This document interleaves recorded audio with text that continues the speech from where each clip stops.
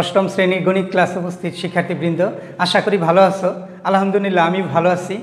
আমি আজকে তোমাদের গণিত বইয়ের দ্বিতীয় অধ্যায়ের একটি সৃজনশীল অঙ্ক সমাধান করব। তো এই সৃজনশীল অঙ্কটি সিলেট বোর্ড 2016 সালে এসেছে। তো আমরা এই অঙ্কটি সমাধান করব। আর এই অঙ্কটি সমাধান করার জন্য আমাদের যে পড়াগুলি ছিল সেগুলি একটু রিভিশন করে নেই। তো সরল মুনাফা নির্ণয় করতে হবে। প্রথমে বলছে এখানে যে প্রশ্নের মধ্যে সরল মুনাফা নির্ণয় করতে হবে। তো সরল মুনাফাটা কি? সরল মুনাফার সূত্রটা কি? সরল মুনাফা আমরা জানি যে আই সমান পি আর এন, এটা সরল মুনাফা। এই সূত্রটা আমাদের জানা থাকলে আমাদের ক নম্বর অঙ্ক করতে কোনো সমস্যা হবে না। এরপরে দেখো এই খ নম্বরে বলছে যে চক্রবৃদ্ধি মূলধন নির্ণয় করতে বলছে। তো চক্রবৃদ্ধি মূলধনের সূত্রটাও আমরা জানি। চক্রবৃদ্ধি মূলধন সি সমান পি ইন্টু 1 যোগ আর টু দি পাওয়ার এন, এটা হলো চক্রবৃদ্ধি মূলধন। চক্রবৃদ্ধি মূলধন সি ধরা হয়।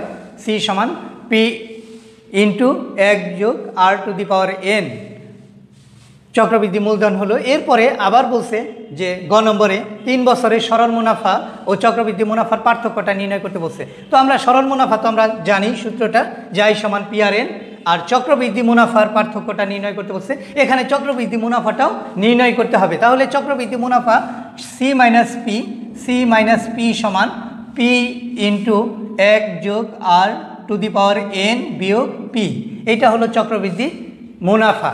তো আমরা এই সূত্র 3টি রিভিশন করে নিলাম। এখন আমরা অঙ্ক সমাধান করব। তো শুরু করি। আশা করি সবাই খাতা নিয়ে উপস্থিত আছো। তোমরা প্রয়োজন অনুযায়ী খাতার মধ্যে অঙ্কটি উঠিয়ে নেবে। বার্ষিক 7% মুনাফায় 30,000 টাকা একটি ব্যাংকে জমা রাখলেন। এখানে বার্ষিক, এখানে 1 বছরের জন্য 30,000 টাকা ব্যাংকে জমা রাখলেন। 7% মুনাফায়, শতকরা 7 টাকা লাভে ব্যাংকে জমা রাখলেন। এখন ক নম্বরে বলছে তার 5 বছরের সরল মুনাফা নির্ণয় করো। তাহলে আমরা এখন সরল মুনাফার সূত্রটা লিখি যে আমরা জানি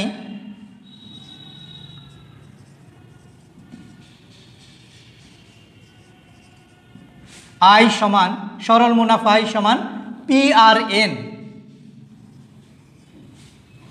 এখানে পি হচ্ছে মূলধন দেওয়া আছে 30,000 টাকা। তো এখানে আমরা লিখতে পারি মূলধন বা আসল পি সমান 30,000 টাকা। আর এর মানটাও দেওয়া আছে। আর হচ্ছে মুনাফার হার 7%। এ আর সমান 7%। মানে একটা ভগ্নাংশ আমরা জানি, লিখতে পারি 7/100। এটা মুনাফার হারটা 7%, 7/100 লিখতে পারি। এরপরে বার্ষিক, এই জনাব শফিক সাহেব এই বার্ষিক 7% মুনাফায়, তার মানে 1 বছরের জন্য ব্যাংকে জমা রাখছেন। এখানে সময়টা 1 বছর, সময়টা আমরা এন ধরি, এন সমান 1 বছর, এন সমান এখানে ক নম্বরে বলছে তার 5 বছরের সরল মুনাফা। তাহলে 5 বছরের মুনাফাটা চেয়েছে। এখানে আমরা লিখতে পারি এন সমান 5 বছর। 5 বছরের মুনাফাটা চেয়েছে ক নম্বরে। আর আয়ের মানটা চেয়েছে আই সমান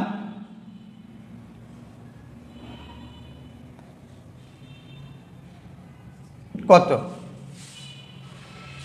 তাহলে এখানে মূলধন বা আসল পি দেওয়া আছে 30,000 টাকা, আর এর মান দেওয়া আছে 7%, 7/100, আর এন সমান দেওয়া আছে 5 বছর, আর আয়ের মানটা বের করতে বলছে।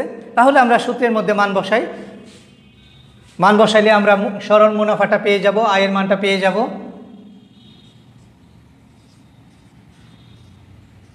30,000 গুণ 7/100 গুণ 5। এখন এই 100-র 2 শূন্য কাটলে 100 কাটলে এখানে 30,000-এর 2 শূন্য কাটলে 300 হয়। 300কে 7 দিয়ে এবং 5 দিয়ে গুণ করলে হবে 10,500 টাকা। 10,500 10,500 হলো। তাহলে অতএব আয়ের মান বের হলো 10,500। আয়ের মান 10,500 বের হলো। এটাই চেয়েছে যে 5 বছরে সরল মুনাফা নির্ণয় করো। তো সরল মুনাফা পেলাম এই 10,500 টাকা। 5 বছরে সরল মুনাফা পেয়েছি 10,500 টাকা। আমরা এইভাবেও লিখতে পারি, অতএব সরল মুনাফা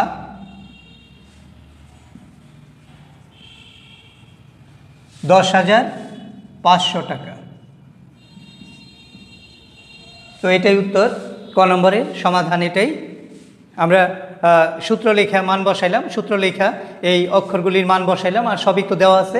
সূত্র লিখে ওই অক্ষরগুলির মান বসাইলেই হয়ে যায় অঙ্ক। 10,500 টাকা হলো। তো আশা করি এই ক নম্বর অঙ্কটি ভালোভাবে বুঝতে পেরেছ। এবার খ নম্বর অঙ্ক শুরু করব। খ নম্বর অঙ্কের মধ্যে বলছে উক্ত টাকার 2 বছরের চক্রবৃদ্ধি মূলধন নির্ণয় করো। উক্ত টাকা বলতে এই 30,000 টাকাকেই বোঝানো হচ্ছে যে উক্ত টাকার 2 বছরের সময়টা 2 বছরের, এখানে চক্রবৃদ্ধি মূলধনটা নির্ণয় করতে বলছে। আর মুনাফার হার কিন্তু একই, ওই 7%ই রয়েছে। তাহলে চক্রবৃদ্ধি মূলধনের সূত্রটা লিখি। যে আমরা জানি চক্রবৃদ্ধি মূলধন সি সমান পি ইন্টু 1 যোগ আর টু দি পাওয়ার এন।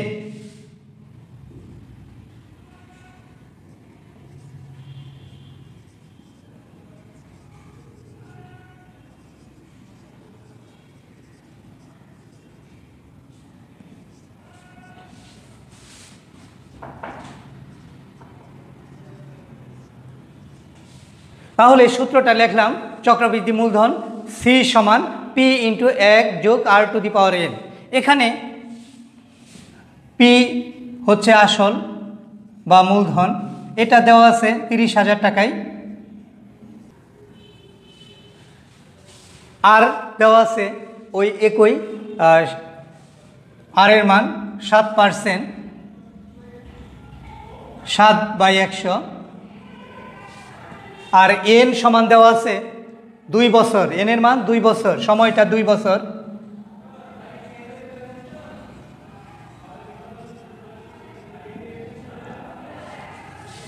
আর সির মানটা চেয়েছে, চক্রবৃদ্ধি মূলধনেরটা চেয়েছে সি সমান কত, এটা চেয়েছে। সির মানটা আমরা বের করব।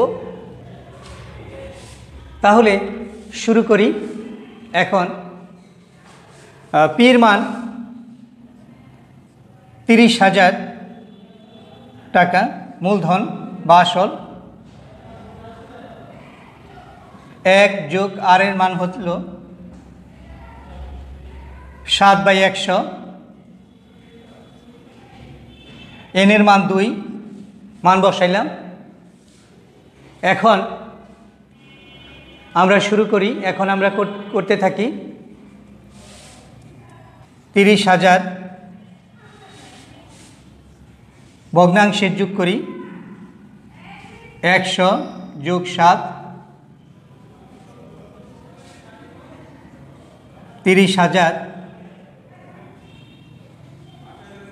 107/100,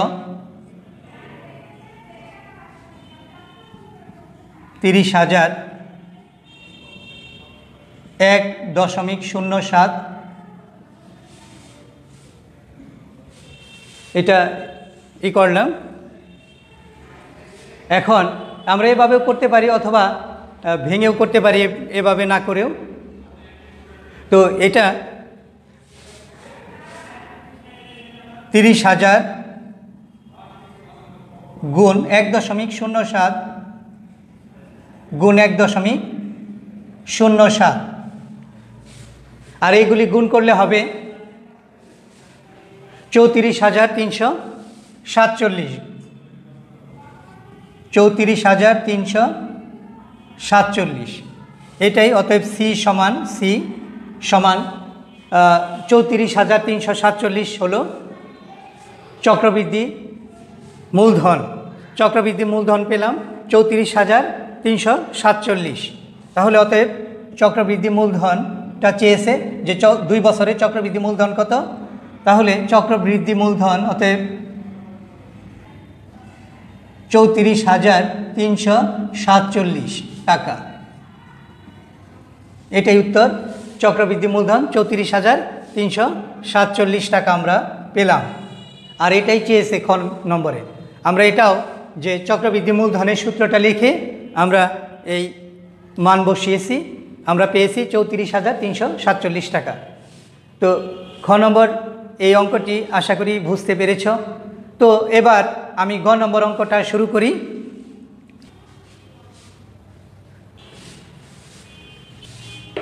গ নম্বরে প্রশ্ন হলো 3 বছরে সরল মুনাফা ও চক্রবৃদ্ধি মুনাফার পার্থক্য নির্ণয় করো। সরল মুনাফাটা বের করতে হবে আর চক্রবৃদ্ধি মুনাফাটা বের করতে হবে 3 বছরে, আর এর পার্থক্যটা তারপরে আমরা পার্থক্য নির্ণয় করব। আর এখানে আমাদের মূলধন বা আসল ওই 30,000 টাকায় দেওয়া আছে, আর মুনাফার হার আর এর মানটাও 7%ই দেওয়া আছে, 7% এটাই।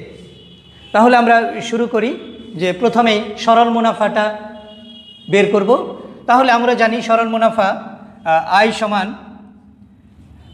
PRN। তো এখানে পির মান দেওয়া আছে 30,000 টাকায়, 30,000 টাকা। আর সমান 7%, 7/100। আর এনের মান দেওয়া আছে 3 বছর। তাহলে 100-র 2 শূন্য, আর 30,000-এর 2 শূন্য কাটলে তাহলে 300 থাকে এখানে। তাহলে এটা গুণ করলে হবে 300 গুণ 7 গুণ 3, এটা গুণ করলে হবে 6,300। আয়ের মান বের হলো 6,300 টাকা। এটাই যে সরল মুনাফা বের হলো 6,300 টাকা সরল মুনাফা। এরপরে আমাদের চক্রবৃদ্ধি মুনাফাটা নির্ণয় করতে বলছে। আমরা চক্রবৃদ্ধি মুনাফাটা নির্ণয় করি। চক্রবৃদ্ধি মুনাফার সমান লিখি,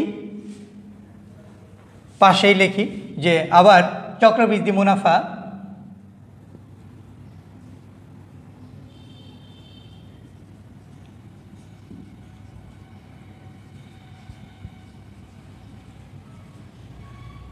চক্রবৃদ্ধি মুনাফা জানি আমরা P ইন্টু 1 যোগ R⁴ বিয়োগ P।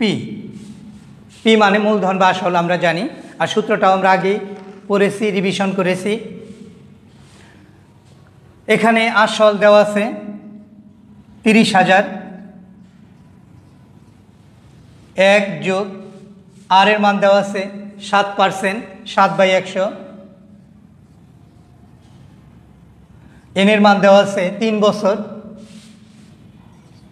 আর পির মান 30,000ই আমরা জানি, 30,000। এখন এখানে ভগ্নাংশের যোগ করব, আগের অঙ্কের মতোই ভগ্নাংশের যোগ করে নিব। তাহলে 30,000 আর এটা ভগ্নাংশের যোগ করলে লসাগু 100 হয়। এখানে 1 দিয়ে ভাগ করলে 100, আবার উপরের 1 দিয়ে গুণ করলে 100 হয়। 100 যোগ 7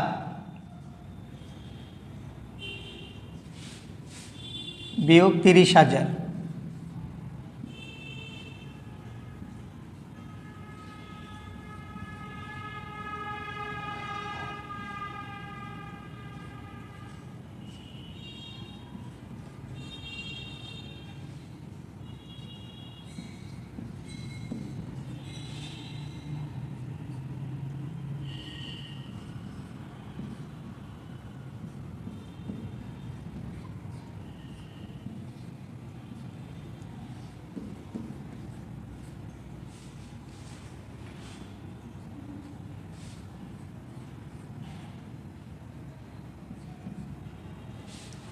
এক 1.07, 1.07-এর ঘন হলো 1.2250। দশমিকের পরে 4 অঙ্ক রাখি,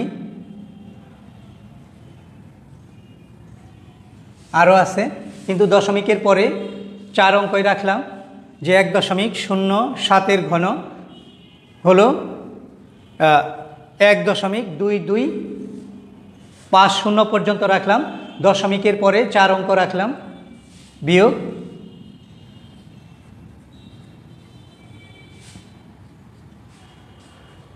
30,000কে গুণ করব 1.2250 দ্বারা। তো এটা গুণ করলে হবে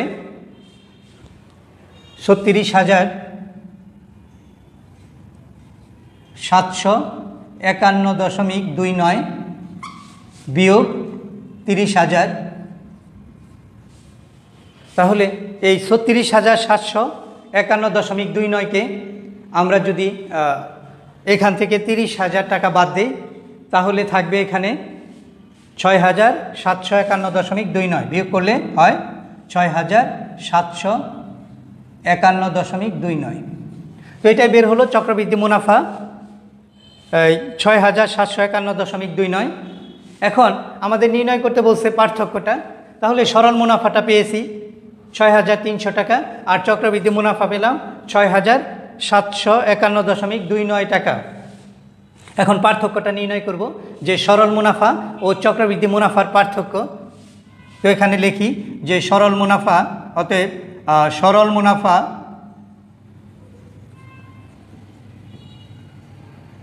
ও চক্রবৃদ্ধি মুনাফার পার্থক্য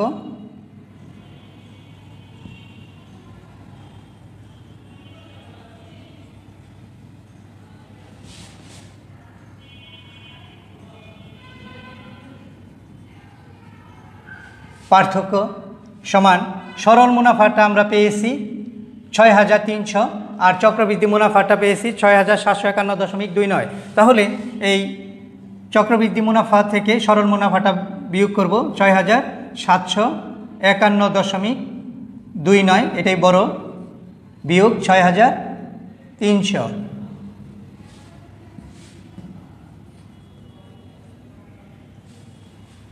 তাহলে 6,751.29 থেকে 6,300 টাকা বিয়োগ করলে হবে 451.29 টাকা। পার্থক্য বের হলো 451.29 টাকা। তো আমরা এই অঙ্কের মধ্যে, এই গ নম্বর অঙ্কের মধ্যে আমরা সরল মুনাফাটা বের করছি। সরল মুনাফাটা 6,300 টাকা, আর চক্রবৃদ্ধি মুনাফাটা বের করেছি এখানে 6,751.29 টাকা। তো এখানে পার্থক্যটা নির্ণয় করতে বলছে, আমরা পার্থক্য পেলাম, এই চক্রবৃদ্ধি মুনাফা থেকে সরল মুনাফাটা বিয়োগ করলাম, পার্থক্যটা পেলাম 451.29 টাকা। তো আশা করি এই সৃজনশীলের গ নম্বর অঙ্কটি ভালোভাবে বুঝতে পেরেছ। তো তোমরা বাসায় বেশি বেশি বইয়ের অঙ্ক এবং সৃজনশীল অঙ্কগুলি বেশি বেশি প্র্যাকটিস করো। আর তোমাদের বাসার কাজ রইল, বাসার কাজটা আমি লিখে দিচ্ছি। বাসার কাজ পাশেই লিখি, বাসার কাজ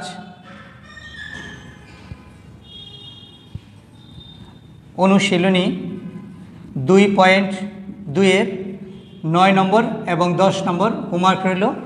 তো এই অঙ্ক দুইটি হোমওয়ার্ক করে তোমরা হোয়াটসঅ্যাপে পাঠিয়ে দিবে, আমি দেখে দিব ইনশাআল্লাহ। তো আজকে পর্যন্তই, ভালো থাকো, সুস্থ থাকো, আল্লাহ হাফেজ।